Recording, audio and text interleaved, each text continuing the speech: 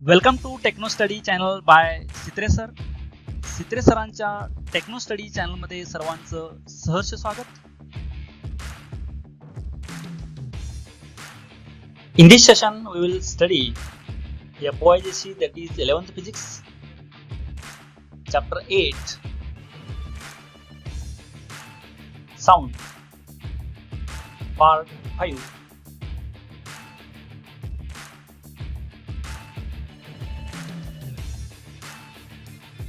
Next one is acoustics.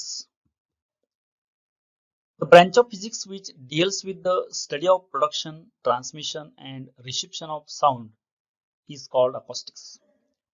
आता acoustic जे फिजिक्सची अशी शाखा आहे की ज्याच्यामध्ये साऊंड जे ध्वनीचं प्रोडक्शन म्हणजे निर्मिती, त्याचं ट्रान्समिशन वहन, रिसेप्शन म्हणजे जे साऊंड आपण रिसीव्ह करतो, मिळतो त्याचा अभ्यास करणे म्हणजे याला अकॉस्टिक्स असे म्हणतात. For proper acoustics in an auditorium the following conditions must be satisfied. म्हणजे सभागृह जे असतं, ऑडिटोरियम जे असतं, ऑडिटोरियम मध्ये व्यवस्थितपणे साऊंड जर आपल्याला ऐकू येत असेल तर खालच्या ज्या कंडिशन्स आहेत, पुढील ज्या आपण कंडिशन पाहणार आहोत, या कंडिशन सॅटिस्फाईड झाल्यानंतर, ह्या कंडिशन पूर्ण झाल्यानंतर या रूम मध्ये आपल्याला ध्वनी जे आवाज जे हा पूर्णपणे व्यवस्थित ऐकायला मिळतो. त्यामध्ये पहिली कंडिशन आहे, the sound should be heard sufficiently loudly at all points in the auditorium. तर ऑडिटोरियम मध्ये सर्व पॉइंट्सना, सर्व ठिकाणी साऊंड जे आहे व्यवस्थितपणे मोठ्या आवाजामध्ये ऐकू आला पाहिजे. The surface behind the speaker should be parabolic with the speaker at its focus. तर हे युनिफॉर्म साऊंड जे एक समान ध्वनी जे सर्व ठिकाणी ऑडिटोरियम मध्ये, सभागृहामध्ये जाण्यासाठी जो वक्ता असतो त्या वक्त्याच्या बॅक साईडला मागच्या बाजूची जी वॉल असते ती पॅराबोलिक शेप मध्ये पाहिजे. म्हणजे ह्याच्यामुळं युनिफॉर्मली साऊंड सर्व सभागृहामध्ये मूव्ह होतो. Echoes and reverberation must be eliminated or reduced. Echo आणखी रिव्हर्बेशन जे पुन्हा पुन्हा येणारे साऊंड हे रिड्यूस केले पाहिजेत. Echoes can be reduced by making reflecting surface more absorptive. Echo will be less if the auditorium is full. तर echo हा कमी करण्यासाठी त्यामध्ये रिफ्लेक्टिंग सरफेस जे हा रिफ्लेक्टिंग सरफेस कमी करून ऍब्सॉर्प्टिव्ह सरफेस केल्यानंतर आणखी हा ऑडिटोरियम जे फुल ऑफ ऑडिटोरियम असेल, म्हणजे लोकांनी फुल ऑडिटोरियम भरला असेल, त्यामुळे त्यावेळी इको हा आणखी रिव्हर्बेशन हा कमी होतो. Unnecessary focusing of sound should be avoided and there should not be any zone of poor audibility or region of silence. तर फोकसिंग जे साऊंड हा फोकसिंग साऊंडचं अवॉइड केलं पाहिजे. त्यासाठी ऑडिबिलिटी जे प्युअर रिजन ऑफ सायलन्स किंवा पुअर झोन जे ऑडिबिलिटीचा तो पण इथं यामध्ये फोकस करता कामा नये. आणि याच्यासाठी कर्ड सरफेस जे आहे किंवा सिलिंगचं किंवा वॉलचं हे कर्ड सरफेस अवॉइड करायला पाहिजे.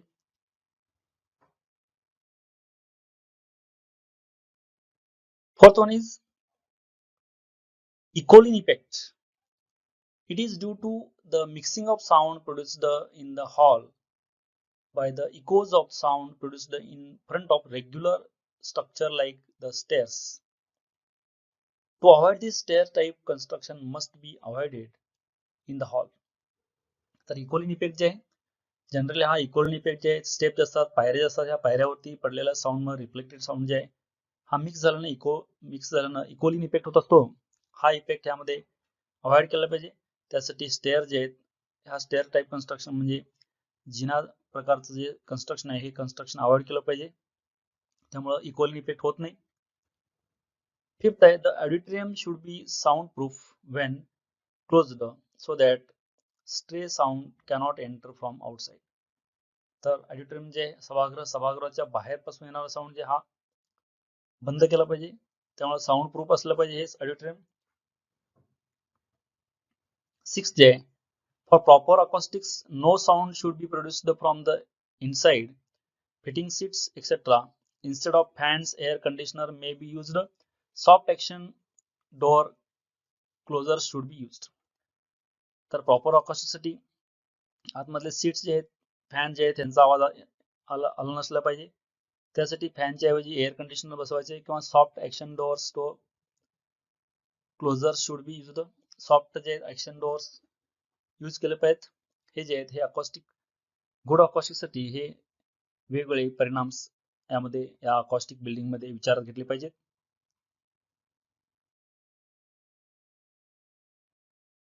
Next one is acoustics observed in nature. आता आपण अकॉस्टिक जे हे हॉलमध्ये किंवा ऑडिटोरियम मध्ये मोठ्या रूम मध्ये कशा प्रकारे होतं ते आपण अभ्यासलेलं आहे.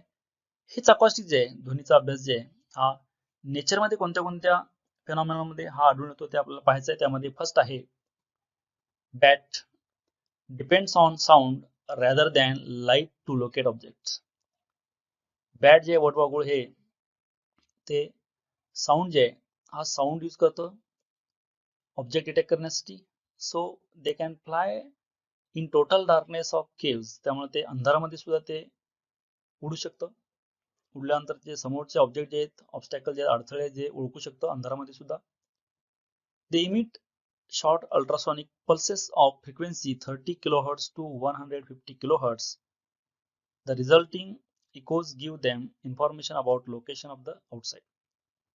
तर हे जे बॅट जे आहे हे 30 kHz पासून 150 kHz पर्यंत फ्रिक्वेन्सी आहे साऊंडची ही इमिट करत असतं आणि त्यापासून इकोलिन जे इफेक्ट आहे इकोलिन इफेक्ट होऊन येणारे रिफ्लेक्टेड वेव्ह जे ही रिफ्लेक्टेड वेव्ह वरून ते समोरचं जे ऑब्स्टॅकल जे आहे हे ओळखत असतं. ह्यामध्ये ॲनिमेशन दाखवले पहा.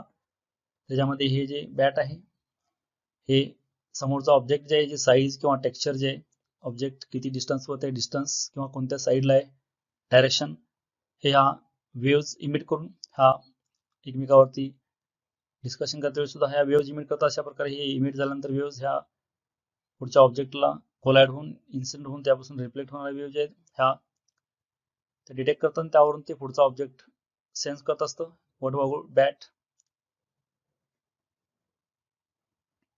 नेक्स्ट आहे B dolphins use an analogous system for underwater navigation. The frequencies are subsonic about 100 Hz. They can sense an object about the size of a wavelength that is 1.4 meter or larger. तर dolphin जे आहेत हे पण जे आहेत हे subsonic sound जे आहे सबसॉनिक फ्रिक्वेन्सीची वेव्ह जे ही इमिट करून समोरचे ऑब्जेक्ट जे आहेत किंवा ऑब्स्टॅकल जे आहेत अडथळे जे आहेत हे ओळखून काढतात. ह्या ॲनिमेशन दाखवले पहा. हा जे डॉल्फिन आहे हे सबसॉनिक वेव्ह इमिट करतो. सबसॉनिक वेव्ह इमिट केल्यानंतर समोरच्या ऑब्जेक्टवरती कोलाइड होऊन रिफ्लेक्ट झालेली वेव्ह जे आहे ही वेव्ह ते सेन्स करतात आणि सेन्स करून समोरच्या ऑब्जेक्ट विषयी इन्फॉर्मेशन मिळते त्यांना. हा ऑब्जेक्ट बघा याच्यावरती इन्सिडेंट झालेली जी वेव्ह आहे त्यामुळे इक्वलिन इफेक्ट जे इक्वलिन इफेक्टमुळे ते त्यांना परत समोरच्या ऑब्स्टॅकल विषयी इन्फॉर्मेशन मिळत असते. अशा प्रकारे डॉल्फिन जे आहेत हे डॉल्फिन्स एकमेकावरती कम्युनिकेशन करते वेळी किंवा समोरचे ऑब्स्टॅकल जे हे ओळखण्यासाठी डिटेक्ट करण्यासाठी हे सबसॉनिक जे आहे सबसॉनिक वेव्स इमिट करून समोरचे ऑब्स्टॅकल ओळखतात.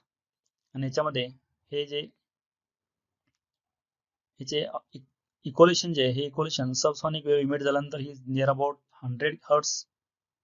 आणखीन हे ऑब्जेक्ट जे आहेत ह्या वेव्हलेंथच्या साईजचे म्हणजे 1.4 मीटर किंवा लार्जरचे ऑब्जेक्ट पण हे डिटेक्ट होतात ह्यामधून ह्या सबसॉनिक वेव्ह पासून हे डिटेक्ट करत असतात डॉल्फिन्स. हे नेचरमध्ये घडणारे जे फेनॉमेनॉन आहे त्यामध्ये अकॉस्टिकचा हा यूज होतो इक्वलिन इफेक्टचा. ह्याचे जे सबसॉनिक वेव्ह इमिट होते इथे दाखवल्या डायग्राम मध्ये हे व्हायब्रेशन झाल्यामुळे सबसॉनिक वेव्ह जे इमिट होते आणखीन ट्रान्समिट होऊन ट्रान्समिट झाल्यानंतर परत जे रिसीव्ह होते त्यापासून ते ऑब्जेक्ट डिटेक्ट करतात. इथून इमिट झाले पण हे ऑब्जेक्टला इन्सिडेंट होऊन परत रिफ्लेक्ट आलेले हे रिफ्लेक्ट होऊन परत इथं ह्यामध्ये इन्सिडेंट होऊन यामध्ये सेन्सेशन होतं. आणखीन हे ब्रेनला सिग्नल गेल्यानंतर हा समोरचा ऑब्जेक्ट सेन्स होत असतो. ह्यामध्ये इथं इनसाइड स्ट्रक्चर दाखवले पहा. हे वेव्ह जे ही वेव्ह ब्रेन पर्यंत सिग्नल गेलेला आहे. ब्रेनला सिग्नल रीच झाल्यानंतर तो ऑब्जेक्ट विषयी त्याला इन्फॉर्मेशन मिळते समोरच्या ऑब्जेक्टची ऑब्स्टॅकलची. अशा प्रकारे ही डॉल्फिन मध्ये पण सबसॉनिक जे हे अकॉस्टिक्स यामध्ये यूज होतं.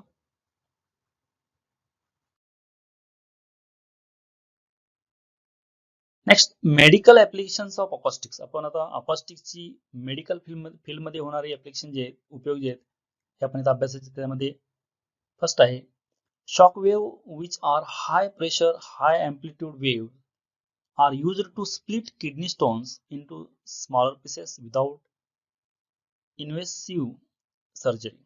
तर किडनी स्टोन जे आहे, मूतखडा जे आहे, हा ऑपरेशन न करता बाहेरूनच याच्यावरती हाय प्रेशर वेव्ह जे आहे, ही वेव्ह इन्सिडंट करून तो फोडला जातो, लहान लहान तुकडे केले जातात.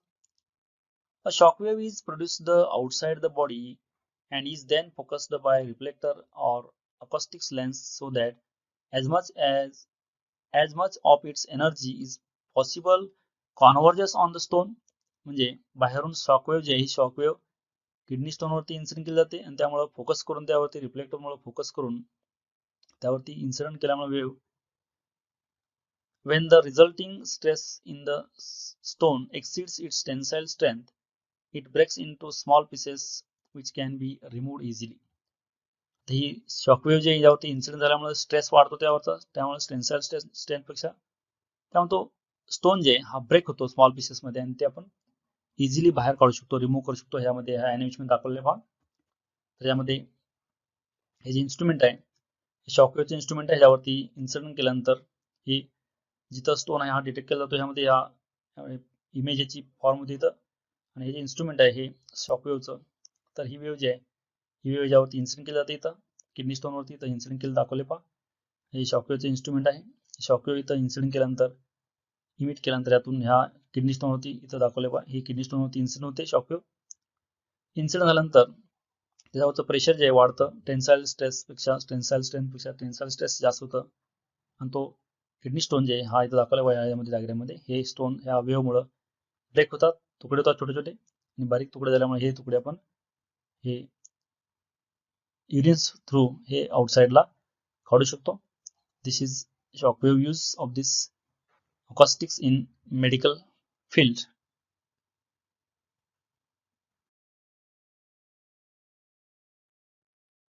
Next medical application is reflection of ultrasonic waves from regions in the interior of body is used for ultrasonic imaging. आता अल्ट्रासोनिक वेव्ह जर आपल्या बॉडीमध्ये इनसाइडला इन्सिडेंट केल्यानंतर रिफ्लेक्टिंग वेव्ह जे आहे ह्या रिफ्लेक्टिंग वेव्हवरून आपल्या बॉडीमध्ये इनसाइडचे पार्ट जे आहे त्याची इमेजिंग आपण प्रतिमा मिळवू शकतो. It is used for parental that is before the birth examination. आपले लहान बेबी जे असते बेबीचं ऑब्झर्वेशन करण्यासाठी सुद्धा यामध्ये वापरतात सोनोग्राफीमध्ये. Detection of anomalous condition like tumour etcetera and the study of heart valve action. यामध्ये आपण ट्युमरचे पण स्टडी करण्यासाठी हर्ट व्हॉल्व जे आहेत ह्याचा पण अभ्यास करण्यासाठी याचा वापर केला जातो अल्ट्रासोनिक वेव्हचा. याच्या अॅनिमेशन मध्ये दाखवले पहा. तर यामध्ये अल्ट्रासोनिक वेव्ह इन्सिडेंट करून ह्याची इमेज आहे ही इमेज आपण ह्या स्क्रीनवरती फॉर्म करू शकतो. इनसाइड पार्ट बॉडी पार्ट जे आहेत बॉडी पार्टचे इनसाइडचे पार्टची इमेज जे आहे अल्ट्रासोनिक वेव्ह इन्सिडेंट हे याच्यामध्ये दाखवलं आहे. अल्ट्रासोनिक वेव्ह इन्सिडेंट झाल्यानंतर ह्याची ह्या बेबीची इमेज जे इमेज इथं फॉर्म होते ह्या स्क्रीनमध्ये this ultrasonic wave. Ultrasonic wave incident झाल्यानंतर आपल्याला त्याची बॉडीची पार्टची इमेज आपण मिळवू शकतो. यामध्ये याचा हा यूज आहे मेडिकलचा ह्या अल्ट्रासोनिक वेव्हचा. या डायग्राममध्ये दाखवलेल्या अॅनिमेशन मध्ये हे वेगवेगळ्या प्रकारचे असे इन्स्ट्रुमेंट असतात जे आपण यामधून अल्ट्रासोनिक वेव्ह इन्सिडेंट करून आपण बॉडीचे इनसाइडचे पार्ट जे हे इनसाइड पार्ट्सची इमेज आपण इथं फॉर्म करू शकतो. This is use of this ultrasonic wave inside the medical field. Next one is at very high power level, ultrasound is selective destroyer of pathological tissue in treatment of arthritis and certain type of cancer. तर कॅन्सरच्या काही गाठी जे आहेत त्या आपण कमी करण्यासाठी destroy करण्यासाठी ह्या व्हेरी हाय पॉवर लेवल जे अल्ट्रासाऊंड हा इन्सिडेंट करून सुद्धा ह्या कॅन्सर ट्रीटमेंटमध्ये पण ह्याचा यूज होतो, उपयोग होत असतो. हे मेडिकल फील्ड मधली ही जी अकॉस्टिक जे आहे ह्या अकॉस्टिकचे यूज आहेत, ऍप्लिकेशन्स आहेत मेडिकल फील्ड मधले.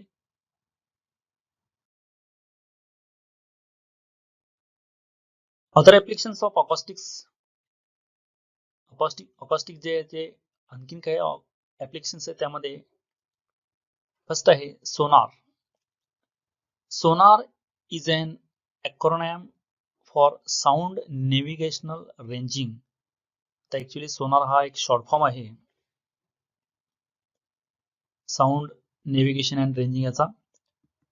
दिस is a technique for locating object underwater by transmitting a pulse of ultrasonic sound and detecting the reflected pulse. तर अंडर मध्ये इनसाइडला वॉटरमध्ये हे ऑब्जेक्ट असेल, तो ऑब्जेक्ट ची पोझिशन लोकेट करण्यासाठी ह्या तत्वाचा वापर केला जातो. The time delay between transmission of pulse and the reception of reflected pulse indicates the depth of the object. This system is useful to measure motion of and position of the submerged object like submarine. तर हा सोनार आहे actually SONAR हे short form आहे.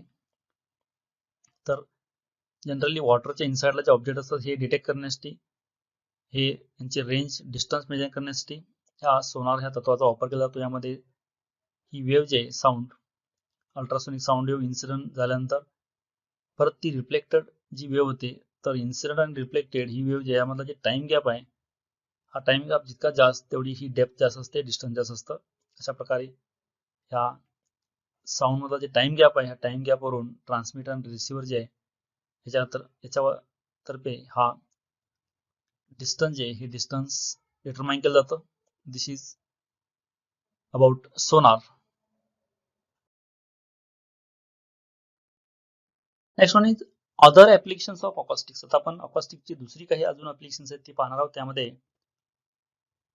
acoustic principle has important applications to environmental problems like noise control. तर अकॉस्टिकचे use जे noise control मध्ये, environment मध्ये, निसर्गामध्ये नॉइज कंट्रोल मध्ये सुद्धा याचा उपयोग होतो. The design of quite mass transit vehicles involves the study of generation and propagation of sound in the Motors wheel and supporting structures. त्यामध्ये मोटर जे व्हेकल असते, व्हेकल मधले सगळे पार्ट्स आणि सपोर्टिंग मटेरियल जे यामधलं जे नॉइज कमी करण्यासाठी सुद्धा या अकॉस्टिकचा ह्यामध्ये उपयोग केला जातो. नेक्स्ट आहे, we can study properties of the earth by measuring the reflected and refracted elastic waves passing through the its interior. It is useful for geological studies to detect local anomalies like oil deposits etc. तर अर्थच्या structure जे या structure अभ्यास करण्यासाठी reflected आणि refracted wave जे आहेत, ह्या वेव्हचा अभ्यास करून आपण अर्थचं इनसाइड स्ट्रक्चर किंवा अनॉमलस किंवा लाईक ऑइल डिपॉझिट वगैरे ह्याचा आपण यावरून अभ्यास करू शकतो ह्या अकॉस्टिक वरून. These are the other applications of acoustics. Next one is qualities of sound. Audible sound or human response to sound. तर आपण साऊंडच्या ज्या क्वालिटीज आहेत याचा अभ्यास करणार आहोत. त्यामध्ये फर्स्ट आहे पिच. शार्पनेस और स्ट्रिलनेस ऑफ द साऊंड. पिच म्हणजेच शार्पनेस किंवा स्ट्रिलनेस जे यालाच पिच असे म्हणतात. Tone refers to the single frequency of that wave, while a note may concern one or more than one tones. तर टोन जे टोन म्हणजे सिंगल फ्रिक्वेन्सी असते. आणखीन नोट जे यामध्ये एक किंवा वन और मोर दॅन वन, एक किंवा एकापेक्षा जास्त टोन असतात, म्हणजेच फ्रिक्वेन्सी असतात. We use the word high pitch or high tones if frequency is higher. तर हायर फ्रिक्वेन्सीसाठी हाय पिच असतो. Female sound is sharper than that of male sound. Male पेक्षा फिमेलचा साऊंड हा शार्पर असतो, म्हणजे यामध्ये पिच जास्त असतो, फ्रिक्वेन्सी जास्त असते. फॉर अ साऊंड एम्प्लिफायर और इक्विलायझर, when we raise the treble knob high frequencies are boosted and if we raise bass knob low frequencies are boosted. ज्यावेळी आपण एम्प्लिफायर मध्ये ट्रबलचा नॉब ज्यावेळी आपण हाय करतो त्यावेळी हाय फ्रिक्वेन्सी बूस्ट होते. बासचा नॉब ज्यावेळी आपण इन्क्रीज करतो, व्हॉल्यूम वाढतो, त्यावेळी लो फ्रिक्वेन्सी बूस्ट होते असते. म्हणजे आपण ट्रबल जर आपण नॉब फिरवला तर हाय फ्रिक्वेन्सी बूस्ट होते. आणखीन बासचा नॉब जर आपण रोटेट केला तर त्यामध्ये लो फ्रिक्वेन्सी बूस्ट होत असते, लो फ्रिक्वेन्सी जास्त होत असते. तर ह्या अॅनिमेशन मध्ये दाखवलेलं आहे पहा. पिच जे हा लो साऊंड, हाय फ्रिक्वेन्सी जे हाय पिच असतो. All sounds are caused by vibrations. आणि व्हायब्रेशन जे असते हे व्हायब्रेशन पिच मध्ये हाय फ्रिक्वेन्सी म्हणजे हाय पिच, लो फ्रिक्वेन्सी म्हणजे लो पिच असतो. This is about pitch.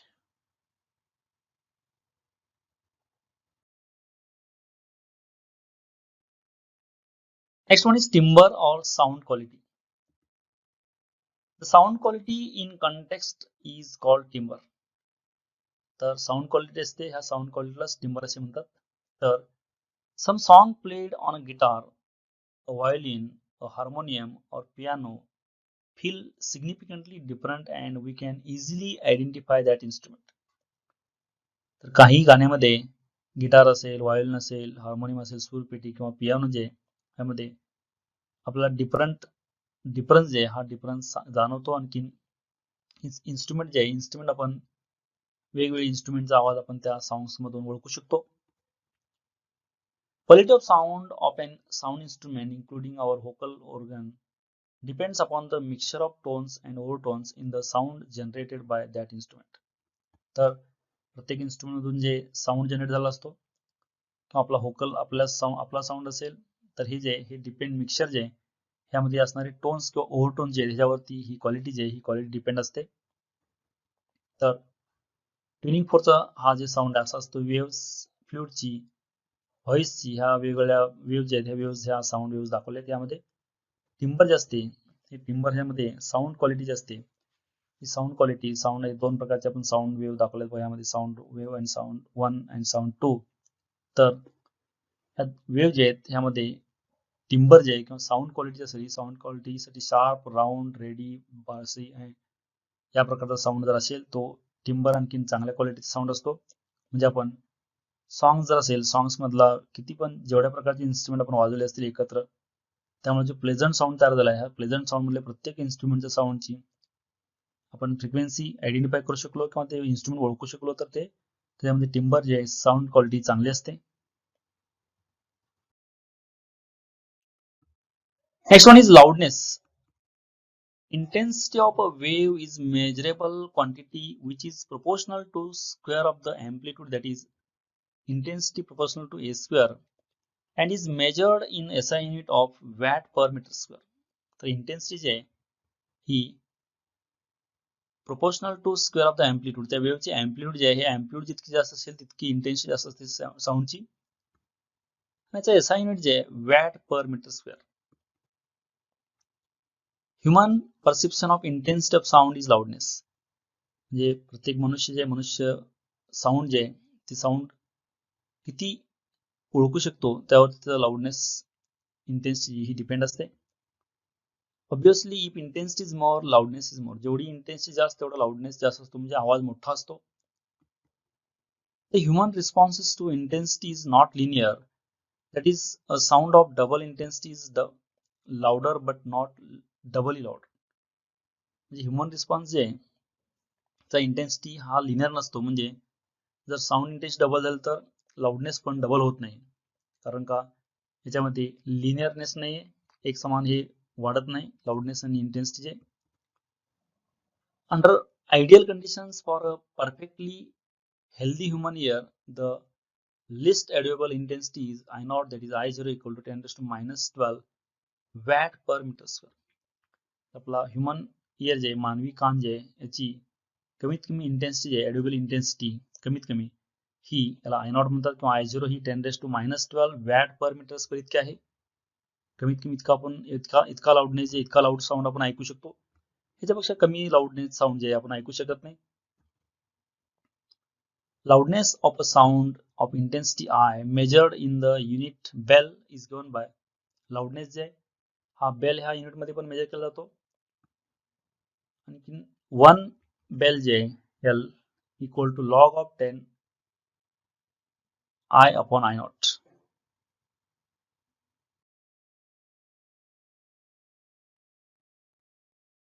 Popular or commonly used unit for loudness is decibel. Generally loudness जे हा डेसिबल मध्ये मेजर करतात. आणखी 1 डेसिबल जे आहे किंवा 1 dB जे हे 0.1 बेल असतं. बेल मध्ये पण मेजर करतात साऊंड, आणि 1 बेल म्हणजे 10 डेसिबल असतं. Thus loudness expressed in decibel is 10 times loudness in bell. Bel मधला हा 10 टाइम्स इन डेसिबल असतो. Loudness decibel equal to 10 times loudness in bel. पण लाउडनेस इन बेल आपण व्हॅल्यू ऑलरेडी माहिती आहे आपल्याला, म्हणून 10 ॲज इट इज ठेवलं आपण. लाउडनेस इन बेल इक्वेशन आहे log 10 I upon I naught. For sound of list Audible intensity I naught. आपल्याला लिस्ट ऑडिबल इंटेन्सिटी आपण त्याला I naught म्हणतो. इथं आपण यात I naught जर व्हॅल्यू पुट केली आहे इक्वेशन मध्ये, तर remaining terms as it is आहे, फक्त त्यामध्ये I जी व्हॅल्यू आपण I naught टाकली. डिनॉमिनेटर आपण I naughtच आहे, I naught कॅन्सल आणि तिथं 1 येतं. Remaining terms as it is आहे, इथं 1 आणलेला आहे. log 10 to the base log 1 to the base 10 हा 0 येतो. 0 and 10 हे 0 आले. L डेसिबल जे आहे 0 आलेला आहे. This corresponds to threshold of hearing for sound of 10 decibel. तर हे ह्युमन बिंग जे हे थ्रेशोल्ड हिअरिंग आहे करस्पॉन्डिंग. तर 10 आपण हे घेतल्यानंतर 10 डेसिबल 10 dB व्हॅल्यू पुट केली आपण. 10 dB हे 10 कॅन्सल होईल. राईट साईडचे फॉर्म्युला सेम आहे. 10 कॅन्सल नंतर हे 1 equal to log 10 I upon I naught. log I upon I naught to the base 10 1, and this is 10 raised to 1. 10 raised to 1 घेतल्यानंतर हे 1 येतं. I upon I naught ची value, म्हणून I naught इकडे घेतल्यानंतर I equal to 10 raised to 1 I naught I0 for sound of 20 decibel. हे आपण 10 decibel घेतले. याच्याऐवजी आपण जर 20 डेसिबल घेतलं तर हे इक्वेशन असं होईल. 10च्या ठिकाणी 20 टाकलं इथं आपण, तर हे असं होईल. इथं हे 2 येईल. इथं 2 log 10 I upon I naught, आणि हे व्हॅल्यू जे आहे I upon I naught हे 10 स्क्वेअर होईल, कारण हे 10 स्क्वेअर झाल्यानंतर इथं 2 येतं. Next I equal to 100 I naught. 10 square म्हणजे 100 झालेलं आहे, अँड सो ऑन. अशा प्रकारे आपण 20च्या ठिकाणी 30 हे 10 घेतले, इथं 20 घेतले, 30 घेतले. अशा प्रकारे आपण वेगवेगळ्या व्हॅल्यू सॉल्व्ह करून ही व्हॅल्यू आपण काढू शकतो.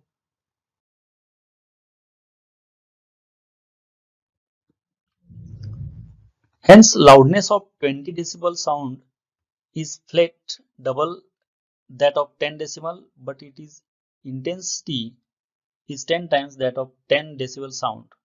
Now if you feel 40 decibel sound twice as loud 20 decibel sound, but its intensity is 100 times as that of 20 decibel sound and 10,000 times that of 10 decibel sound, this is the power of logarithmic or exponential scale. म्हणजे 10 decibel जे आहे आपण 20 decibel जे loudness 20 decibel हे flat 10 decibel असेल, म्हणजे 10 times झालंय.